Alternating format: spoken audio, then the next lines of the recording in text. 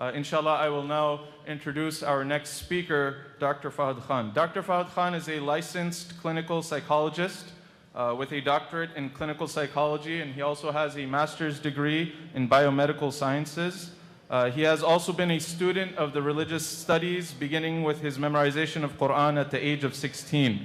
He currently serves as the Deputy Director at Khalil Center, providing psychological services while supervising clinical and research work. He also teaches undergraduate as well as graduate courses in various academic institutions. His research and writing interests include Muslim mental health and Islamic psychology. He is a fellow of the International Association of Islamic Psychology and serves as a reviewer and editor for various peer-reviewed journals in the United States as well as in Pakistan.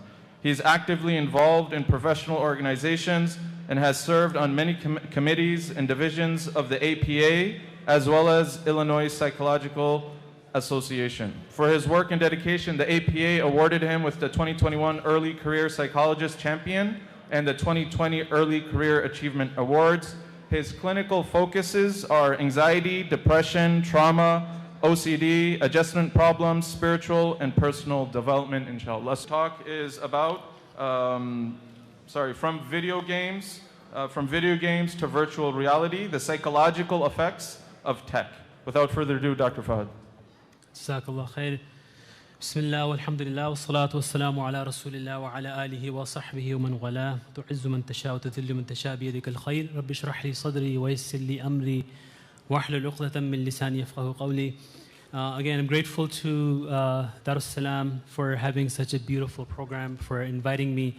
I don't think I'm worthy to be here, but Allah subhanahu wa ta'ala has willed it. So inshallah, I'll try to do justice to the topic that we are speaking on today. So inshallah, we'll go over, I guess someone in the back is changing slides as I'm changing, so I'm going to trust that you'll see what I'm seeing.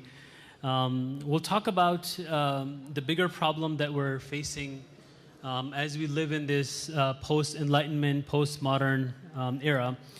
And we'll kind of go a little bit deeper into video games, social media, screen time, talking about research and how technology as a whole has affected us as a society, as human beings. We'll talk about chatbots, and then obviously we want to walk away with something that is more practical, inshallah. So I don't see the slides changing. Is there someone who's going to... Dr. Fahad can continue with his talk, inshallah. Yeah, so I'll just start with the introduction. As I was saying, that in this day and age, we have moved, as we've become more technologically advanced, we have become less and less natural, moved away from something that natural that we used to do. So for example, email is a quick way to send someone mail, which has replaced a form of a procedure that we had before where we used to write mails. Now, if anyone is old enough to remember what that felt like, there's a process of doing that. If you read, like, for example, Maktubat of like Imam Rabbani, or, I like to read Allama Iqbal's letters, the act of sitting down, reflecting, taking a piece of paper, writing with pen or pencil, it has a lot of power to it. It has a lot of capacity to grow from it. In fact, when we do journaling, for example, we offer that as a way for people to deal with anxiety. I often recommend journaling with your hand on a piece of paper rather than using phone or an app. Because the more we're using technology, the less the process or whatever we're engaging in is going to be helpful. And Allama Muhammad Iqbal, about 100 years or so, wrote, actually almost exactly 100 years ago, would be the death of Vladimir Lenin, who was a Marxist socialist, and then later he was the father of Leninism. And so he wrote, after his death, he wrote a poem, Muhammad Iqbal, rahimahullah, and he places Lenin's ruh, or badruh, however you want to call it, in front of Allah. So the poem is titled Lenin Khuda ke Huzur Mein. And I have a slide where I have two couplets from it. How many people understand Urdu, like poetic Urdu? Oh, a lot of people. Okay, so I'll read the poem. It'll take a few minutes. A beautiful poem. So Lenin is standing in front of Allah after his death, and he says, "E anfusu afaq mein paida teri ayat, haq ye hai ki hai zinda wa painda teri zaat. मैं कैसे समझता कि तू है या कि नहीं है, हर दम मुतग़य्यर थे खिरत के नज़रियात, महरम नहीं फितरत के सुरूद अज़ली से, पीनाए कवाकब हो के दानाए नबातात।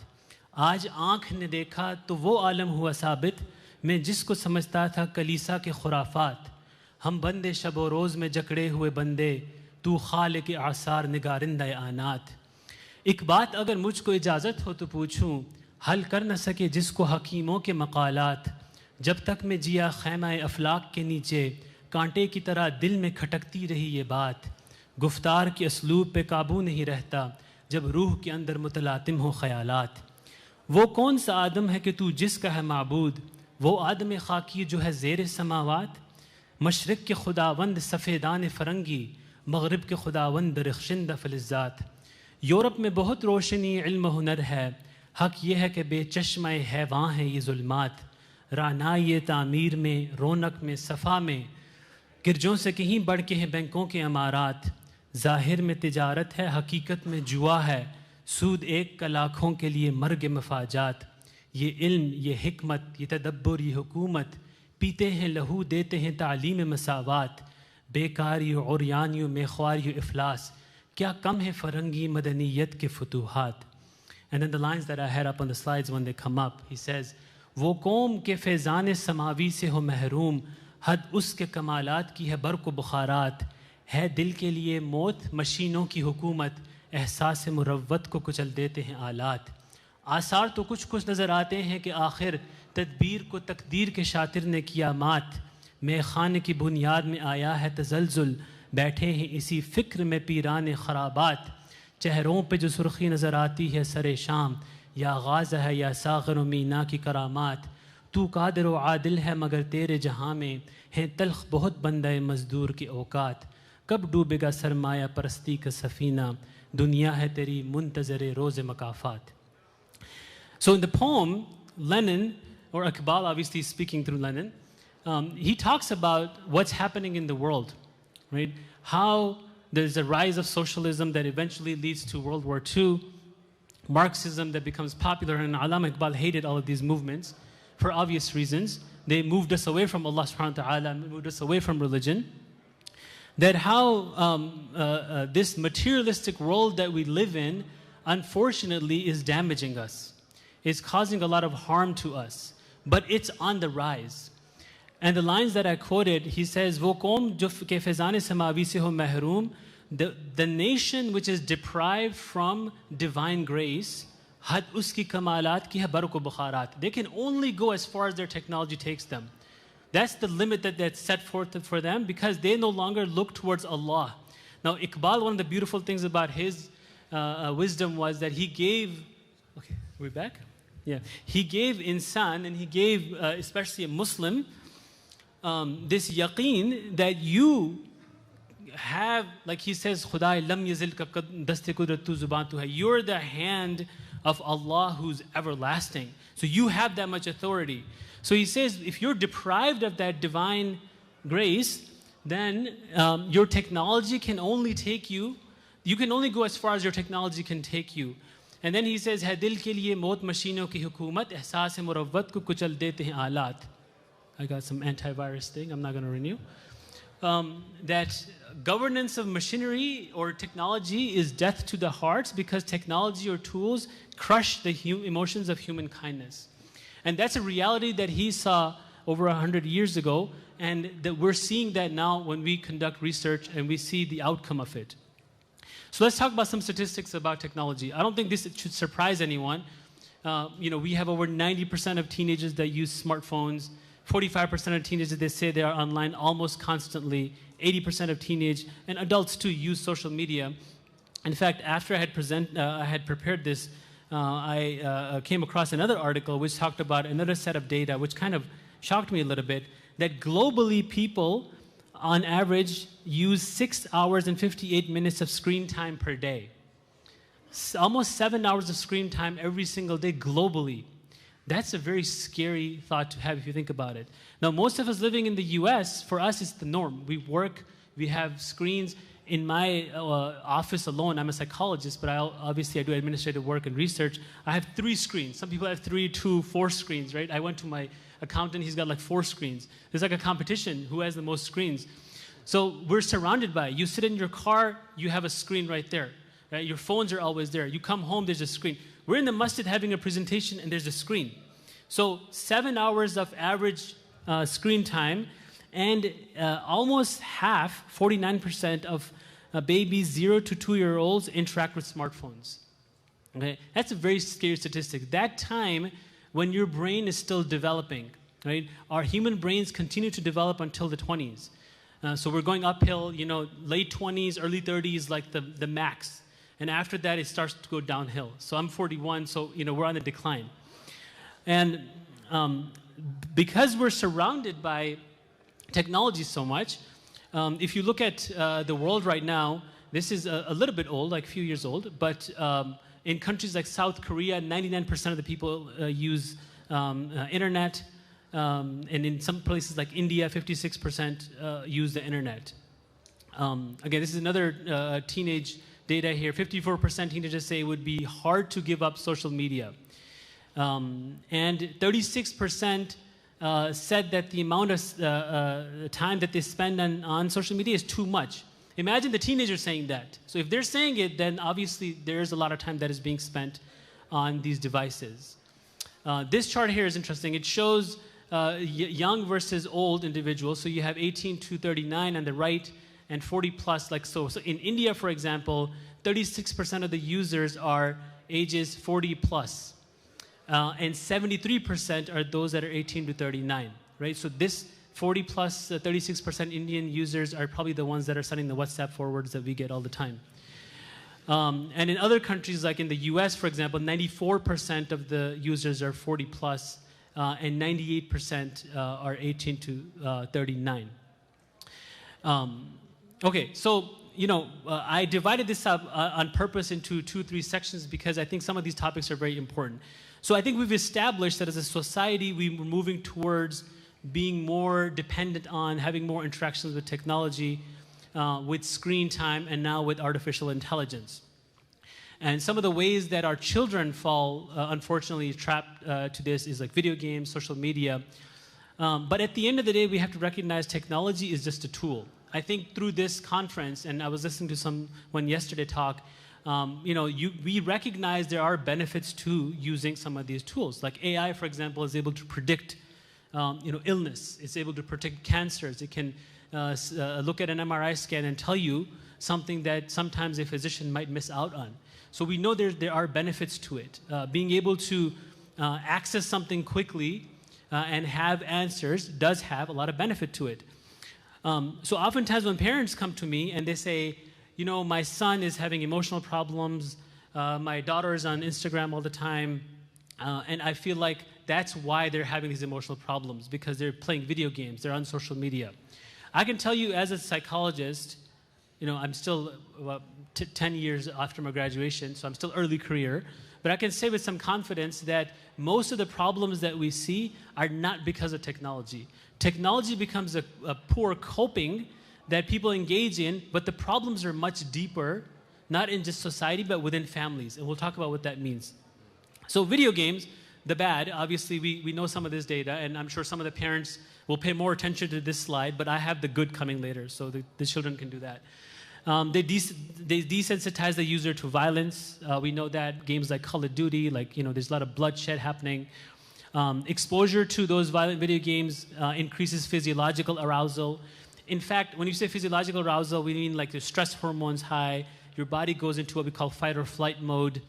It leads to aggression-related thoughts and feelings, decreases pro-social behaviors, obviously inappropriate content, Grand Theft Auto, like, you know, you can have a cocaine business, you can kill anyone, you can do all sorts of things in there. Virtual reality, now, you know, in this day and age when people don't want to talk to each other to begin with, then we went through COVID. A lot of children that are coming out of COVID have difficulty talking to each other. VR is kind of promoting even more of that, you know, even when you're out in the public, you know, I wouldn't be surprised if in 50 years all of us are, you know, wearing the Apple VR headsets and still having this conference here, right? That's just the way the world is moving, unfortunately. lower empathy, emotional callousness as well. The good, it provides children with problem-solving skills. By the way, these parentheses that you see, these are research studies that I've put here, and I have a reference list at the end. So this is actual data. Enhanced creativity, something like Minecraft. You know, kids, you open something up, you start with digging through dirt, trees, and then you're able to like build all these things. So it's very creative. You can learn history, Age of Empires, Civilization. These are games where you learn a lot about history. Like you can learn how to, manage bigger problems. There's a joy of competition. In some games, like being pro-social, meaning if your friend is down and they need help, you go help them out. You're healing someone, for example. Like someone is taking a picture of this slide, some young kid, I saw him, right?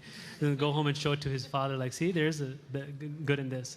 Enhanced leadership, it improves reading skills. There's a study that was done on dyslexic children where improved reading in them by using video games improves your memory, impulse control, and intelligence quotient as well. So there's good and there's the bad.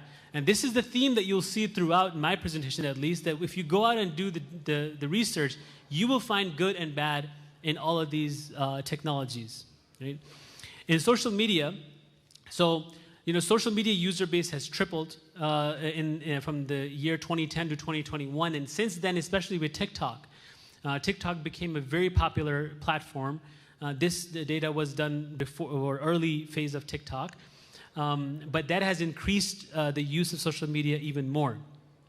So social media, one of the problems that it does is it causes is that it decreases your self-esteem. There's a natural, I think I have a slide on that, there's a natural tendency to want to compare yourself socially to others. This is why the Rasul said that if you're looking at others for comparison, in the matters of dunya, look at people below you, but in the matters of akhirah or deen, you look at above you. Right? So we're supposed to do that, but in social media, what happens? You look at people, naturally if you look at someone, you might look at me and say, this guy knows so much about technology, he must be a really good parent, right? I can tell you I'm not, okay? And if you think I don't have a screen problem, if I showed you my screen time summary, you would say he's like a hypocrite sitting here telling us, which is a fact. So then naturally you look at someone and you say, wow, this person's must be really good this and that. This couple must be doing really well. That family is doing so well. That business is doing so well. On social media, unfortunately, this is happening all the time. The algorithm is designed to give you all of that which you like to see. So when we see people on there that are doing well, you see a couple and they're smiling. It's 15-year anniversary today, mashallah.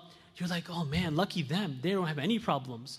Little do you know that they have an appointment after that with Dr. Fahad Khan at Khalil Center, right? It's a fact. I know those people, right? So there's a saying in our field that, either you know someone and you think they don't have any problems, or you know someone really well. Once you get to know people really well, you realize all of us, this is a struggle for all of us. So that leads to this decreased self-esteem, like I'm bad, I'm horrible, I'm a bad father, we're not doing so well, I'm struggling, I don't have a good house, I don't have a good car. Increases loneliness, obviously, because you're more likely to be on there, so less likely to go outside. And especially things like Instagram, where you're making this constant comparison, there's a higher prevalence of depression, prevalence.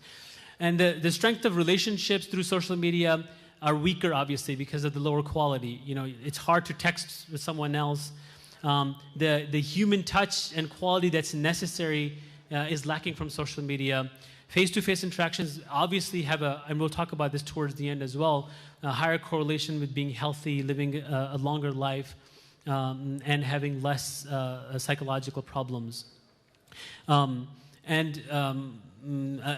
Displacement hypothesis basically says that there's increased time that's spent using social media. It reduces the time that you have available for real-life interactions. A lot of us are already anxious and socially anxious to go out and talk to people, and then you've already, sent that WhatsApp forward to 150 people, so you're like, I don't feel like going and talking to anyone right now, right? So there's a lot of studies, and these are the ones that I'm quoting here on the potential issues of social media. This is what I was talking about, the upward social comparison, right? The tendency to want to compare yourself to those that are above you. This is a very common thing that happens in social media and results in a lot of stress. And now, because of TikTok, I guess in one way you can say that there's a blessing in disguise there, that the reason that people are so aware of what's happening in Gaza is because of platforms like TikTok. right? If it wasn't for that, people wouldn't know. A lot of people are coming to Islam because of platforms like TikTok. But the other side of this is that everybody has a platform now. Everyone thinks that you're important. As soon as you have 100, 200 followers, which most of them are Chinese bots, right? That's how the system is set up. We start to think, man, I'm worth something. So then the need to want to then please and be on there, and then they try to get you to come back again and again. That's obviously problematic. High exposure to negative stimuli, derogatory content, cyberbullying, unhealthy social comparison, they all lead to lower well-being. Okay, positive effects of social media, right? There are studies that talk about how it is associated with higher well-being. There are benefits there for people, especially those who are isolated.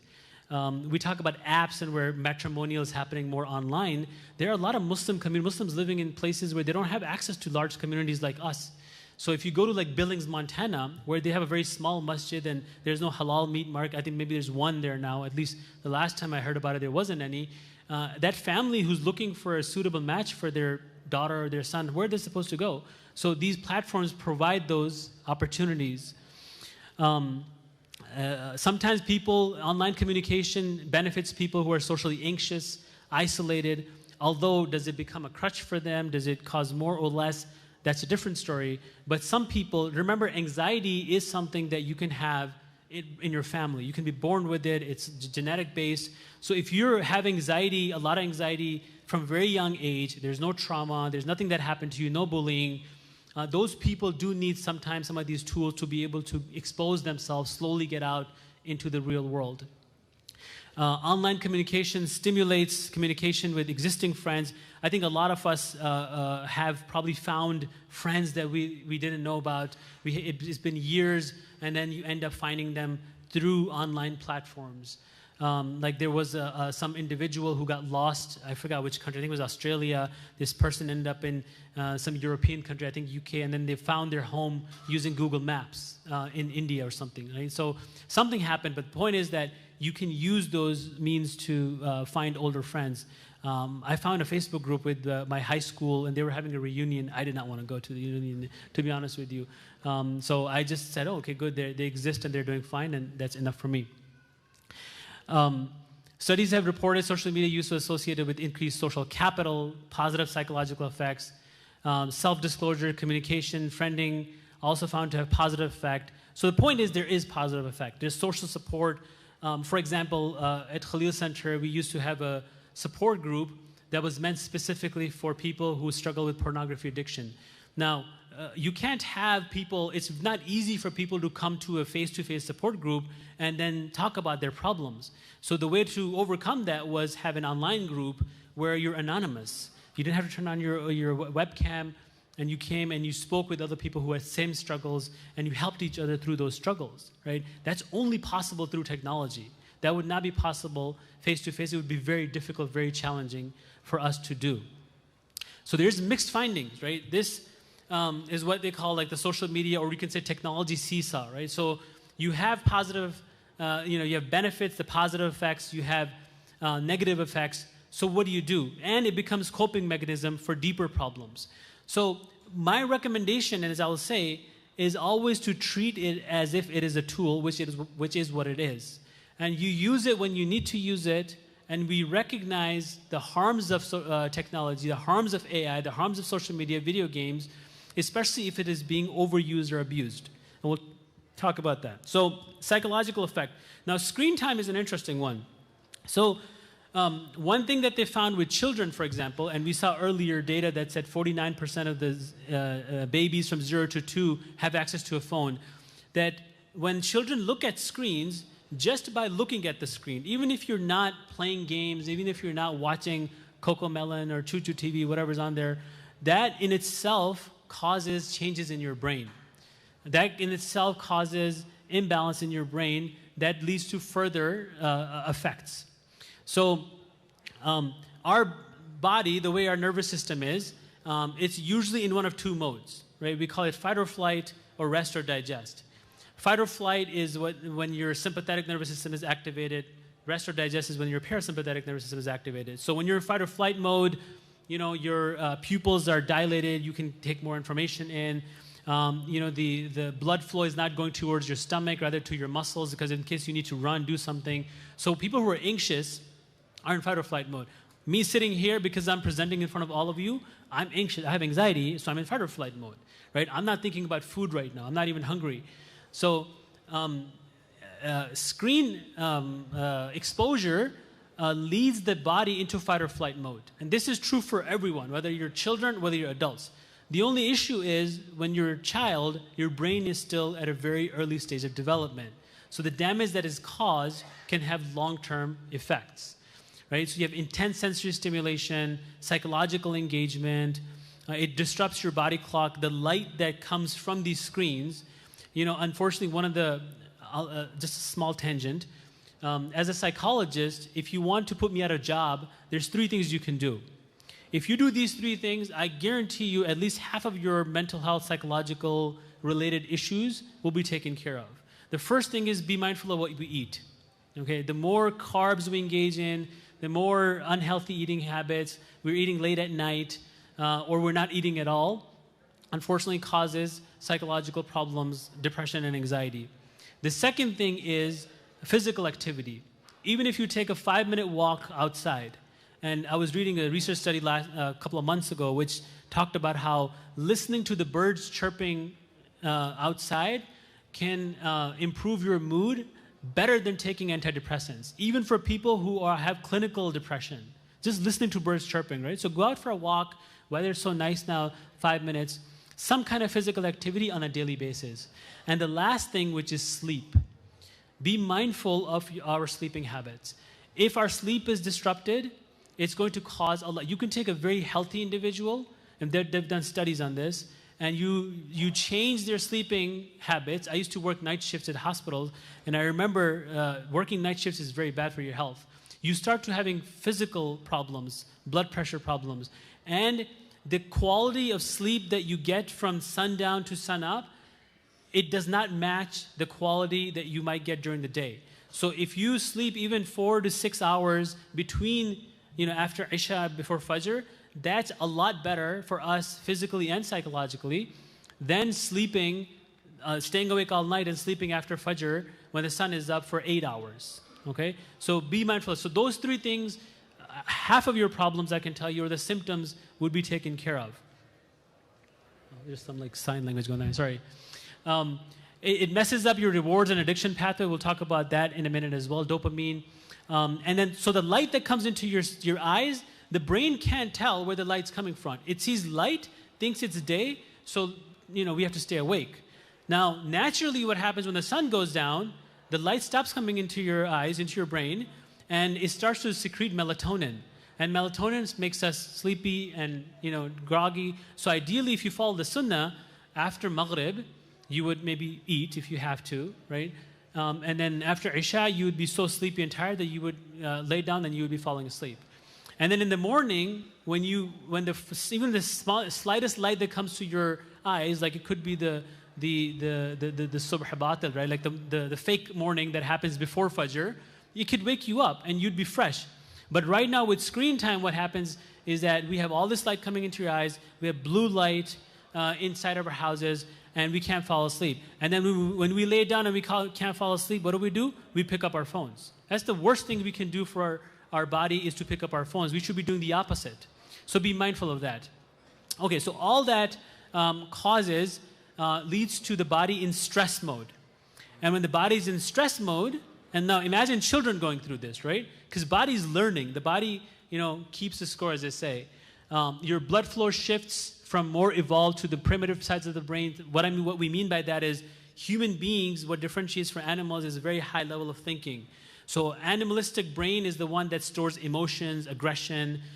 This is why when trauma happens in someone's life, that is stored very deep in that primitive part of your brain. So as soon as you're triggered, you respond like an animal. You don't really think like a human. Human beings have this upper part of our brain that is meant to be for thinking, especially the front part here, which is meant to be for executive functioning. So the blood flow is towards that animalistic part of our brain. There's elevated cortisol, which is our stress hormone. It can cause weight gain, blood sugar irregularities, hormone imbalance. There's oxidative stress that causes inflammation.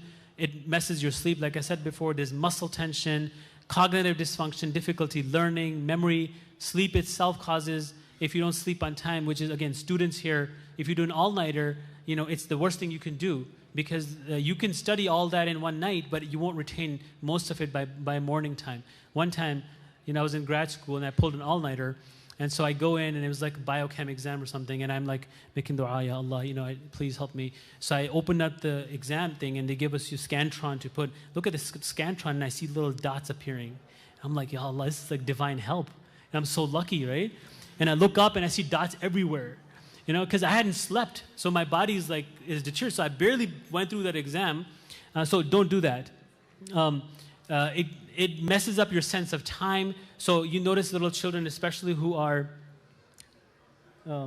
okay, brothers, can you please come closer? There are a lot of people in the lobby and there are people standing. So if you can request our brothers to kindly please move forward. There are a lot of brothers standing and there are brothers in the lobby. If you can please open the door so that the brothers in the lobby can also come inside. There are a lot of space on the right and left side. Let's try to accommodate all the brothers. Additionally, on the sister side as well, alhamdulillah, there are many sisters that are waiting outside, so kindly please sit as close and tight as possible, inshallah. The brothers standing in the back, you can start coming inside, and the brothers in the lobby are kindly requested to please come inside. No problem. Yeah. It's very chaotic in the lobby. Yeah, no worries. I appreciate it. Okay, so it leads to obviously impaired. Oh, I was saying, you notice when you're on technology, when children are on technology, they lose a sense of time, right? They don't recognize that it's time to stop. Oftentimes, we are yelling at our children, "Oh, you should have known. You had this much time." It doesn't work. So if you're going to use something, use some kind of an app to block there, because the iPads or computers, otherwise they won't know. And then it causes mood dysregulation. So you will see children, and if you have kids who do this, try to take a note of it. After they've been on the iPad or technology for 2-3 hours, they're very moody, they're very emotional. They get easily angered and frustrated. So there's a connection there between what the screen time and exposure to that. Now, chatbots, before I talk about that, I want to talk about, in psychology, there's a theory of attachment. And this, a basic, very human need, when a child is born, we have a need to attach with those around us. We're social creatures by our very existence, right? Two people have to come together for us to exist. And this child is attached to a caregiver, first oftentimes the mother, but also mother and the father, and they feel safe around them. And as soon as there's signs of threats, they want to go back to their attachment figure. That's their secure base, as we call them, right? So it's a place where they feel safe, support, care, comfort. If they have any stress, they come back to the attachment figure. If they want to explore something, you watch little babies, they'll go explore, but they'll keep an eye on the mom or dad, or they'll go crawl back to mom, then they'll go again, come back, go again, come back, because they want to make sure that secure base is there. And they want to be close to that figure, right? Now, unfortunately, if we look at parenting, and this is obviously me as a parent, we're all guilty of this and something we all need to work on. We should be the ones that the child should be coming close to. We should be the ones that the child feels safe around us, feels secure, and wants to be around. If our child doesn't come to us, if my son isn't coming to me with his problems and talking to me, then there's a problem with that. Then I'm not providing him or her with the environment that would allow my child to come to me. I'm not giving them the warmth. There's a body of literature in psychology, especially Christians have done a lot of work on this. And there's an article that was out by Yaqeen Institute by Dr. Usman Umarji. It talks about God image. Right? The idea that image of Allah subhanahu wa ta'ala, like what is Allah subhanahu wa ta'ala? When we say Allah is the most forgiving, perpetual forgiver, ghaffar, that idea, especially in the child's mind, develops through interaction with parents. Who's forgiving the child? The parents are forgiving the child. When we think Allah is merciful, Allah is loving, caring, Allah is the one who punishes, who's doing all of this? The parents. So if the child does not have a lived experience of a healthy parent, then the child has difficulty developing a healthy image of Allah subhanahu wa ta'ala. Right? So we are the ones that are responsible for nurturing of that child. And most of us, unfortunately, are struggling with that. Most of us only interact with our children when we're angry and frustrated. We rarely, sit around and joke with them, talk to them about what they're doing, have any interest in what they have to do. If they're playing video games, let's go and sit down and just, whatever, pick up the controller, press some buttons, show some interest in that, right? So they can then show interest in what you're doing as well. So then what happens now, if you look at a chatbot, and I'm sure you've gone through this in the past lectures, a chatbot becomes this friend that they have online, and now girlfriends and boyfriends, unfortunately, there's chatbots that are replacing them as well, that they are there for them. They feel safe. They feel like they can support. You tell a chatbot, I'm feeling down. One of the first thing it does is, I'm sorry that you're feeling that way. Imagine your child comes to you and said, Baba, I'm kind of feeling down. What are you feeling down about? What are you so angry about? Well, I'm tired. Why are you so tired? I've been working all day, right? A chatbot is the opposite. Oh, that sounds like horrible. Tell me, what's making you feel so down? Why are you so tired? What's happening? Tell me. You must have had a very busy day. That validation, right? They're providing for it. Maybe parenting, I think part of parenting should be like, let's interact with a chatbot as a child, right? And then they're accessible, right? You need Baba, like Baba's not around, comes home at night, he's tired, and then him and Mama are yelling at each other. So when they're done yelling, you want to go tell Baba, hey, I'm having some issues at school. That's the worst time. You don't want to go there, right? And they're too tired, they go to sleep. Maybe on the weekend you might find, your Baba or not. But chatbot, you pick up your phone, your iPad, and the chatbot's right there. Hey, I had a really tough day in school today. I had this exam and I think I failed. It's going to have a really meaningful conversation with you. The conversation that we should have giving you full attention. One of the sunnahs of the Prophet ﷺ was, right, he turned towards the individual, gave them full attention. The young Sahabi says, I've never seen anyone smile more than the Prophet ﷺ in my entire life. I think it was Anas bin Malik radiallahu anh. Or he never said, don't do this, don't do that, right? Inshallah, I'm planning on going to Hajj, so make dua that Allah takes all of us there, but inshallah accepts our Hajj. But I was reading through the hadith of Hajj, and one of them talked about how there was a young Sahabi sitting next to the Prophet ﷺ, and a woman walked by, and the Sahabi was looking, and he saw someone just turned his face, Didn't yell at him, didn't scream at him, but we're like the opposite. So if we follow the sunnah, we could do a better job than a chatbot. But that emotional attachment begins to happen with the chatbot. Chatbots are actually just filling voids. And the voids are being created by whom? By us. Especially parents, and then obviously as husbands, as wives, as friends, as others. Friends maybe not as much, but depending on what level of friendship we have. So that lack of connection we feel not just with parents, but with others, that connection is going to get filled through something. Right? This is why when we ask ourselves a question, my teenage son will listen to his friend more than he will listen to me. Why? Because he has that level of connection with the friend that he should have had with me, but does not have it. There's marital dissatisfaction that's happening, marital problems. At the core of a lot of these societal issues, including mental health issues, is marital problems, is family problems, is problems between husband and wife, is like parents who are not presenting a role model to our children. Oftentimes a complaint, this is a very common thing, and I'm sure you'll notice it in your household too. We tell our children, put away your technology, put away your iPads, right? Are you doing homework? And when we're doing it, we have our phones in our hands. We're sitting in front of the TV. I'm not a scholar, but that's like nifaq, right? Like that's something that we shouldn't be doing. If we're telling our children to do educate yourself, do homework, what's stopping us from sitting down and learning, educating our own selves? Darussalam has beautiful courses that they offer for the community. You go take a class, sit down and do homework while your children are doing homework. So they'll look at us and they'll say, look, here's a role model who's doing this to us. But we're not doing that. In fact, we're giving oftentimes to others, and seeing inside of our households is a lot of these problems. And obviously the natural tendency to seek answers and without any struggle. Right? Back in our days, in the late 90s, the internet was kind of new. So you'd have to go to like a library to get some books, get some answers. Now you have to just plug it into chatbot and it'll tell you, or ChatGPT will tell you the answer. And the last thing I'm going to talk about is dopamine. Right? Dopamine is, like I said before, it says feel-good neurotransmitters. It gets released. Whether you have a good plate of biryani, or you're exercising, or even intimacy, it releases in your brain. A lot of these technologies, because they respond so quickly, These video games, because you're rewarded, reinforced constantly, they're releasing dopamine in our brains. And then we get addicted. It's the same neurotransmitter that gets released if you're a heroin addict, right? At a higher level, basically. So really, at the core of it, there is no difference between someone who, is craving heroin and wants to shoot, like heroin into his bloodstream versus someone who's craving biryani and wants to go to Gharib Nawaz for that plate of biryani. At the core level, it's the same thing. And if we can't stop ourselves from eating biryani and we're questioning the drug addicts, we have to be mindful of that. Another thing that releases dopamine is social interactions. Having healthy, successful social interactions with others. So this is a little bit confusing. I'm going to explain it real quickly. Basically, reinforcement means anything that happens to us so that the behavior continues. So for example, if you go to work and you get paid, right?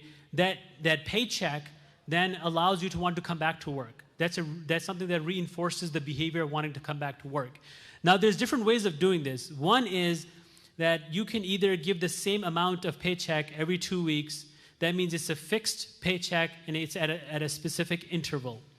So it's going to happen after every 2 weeks. You're going to get $2,000 paycheck. Okay.